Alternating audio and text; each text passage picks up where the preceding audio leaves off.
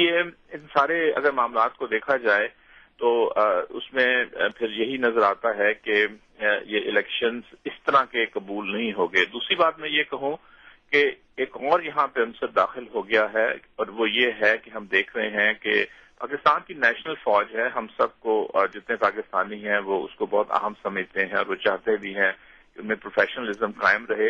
لیکن ہم دیکھتے ہیں کہ بار بار سیاست میں آنے کی وجہ سے ان کا اپنا پروفیشنلزم بھی کوئی اتنا اچھا نہیں رہا.